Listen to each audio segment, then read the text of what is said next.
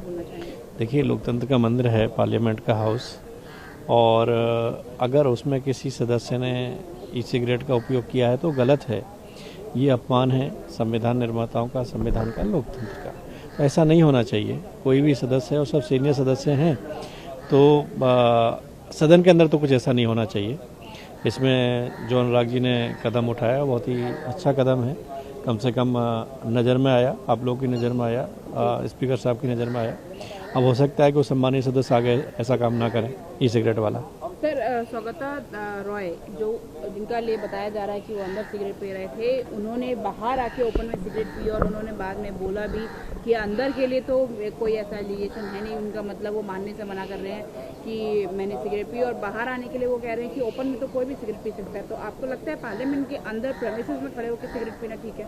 देखिए, जो सांसद हैं, माननीय सांसद, जनता उनको चुन के भेजती है और एक समाज को प्रेरणा देने का काम जनप्रतिनिधि के उस पर होता है। अच्छा तो ये है कि मतलब अगर किसी को है, कोई हैबिट है या करना है, तो ओपनली ना करके थोड़ा प्राइवेसी में कर लें। हर चीज़ की प्राइवेसी होती है।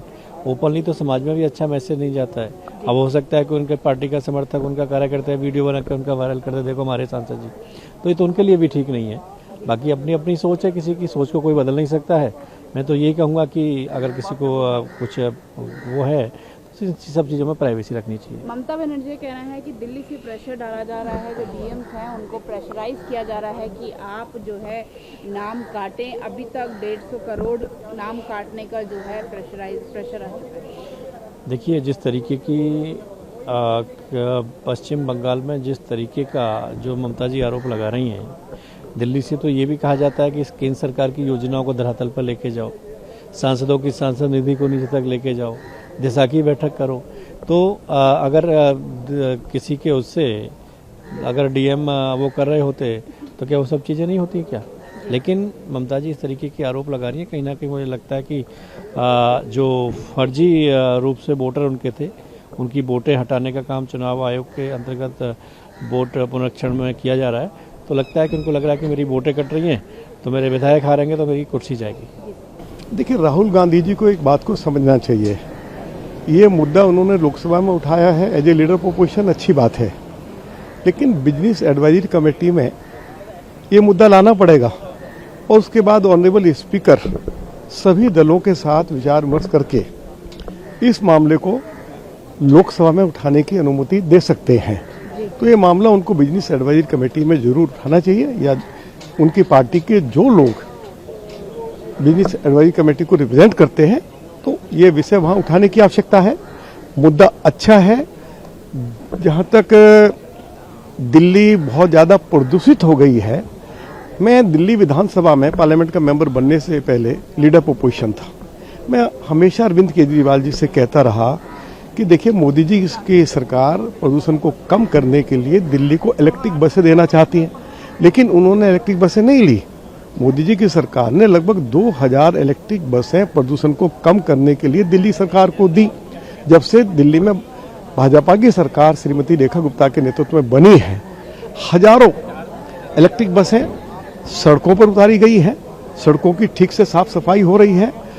अरविंद केजरीवाल के समय में जो प्रदूषण बढ़ा और जो दिल्ली आज उस कष्ट को झेल रही है, उसके 2-3 कारण थे। पहला कारण था कि उनके समय में दिल्ली की सारी सड़कें टूटी फूटी पड़ी थी, सड़कों पर गड्ढे थे, और जब सड़कों के ऊपर गड्ढों पर गाड़ियां चलती हैं तो डस्ट उठती है। PM2.5 सबसे ज्यादा जनरेट होता है डस्ट से।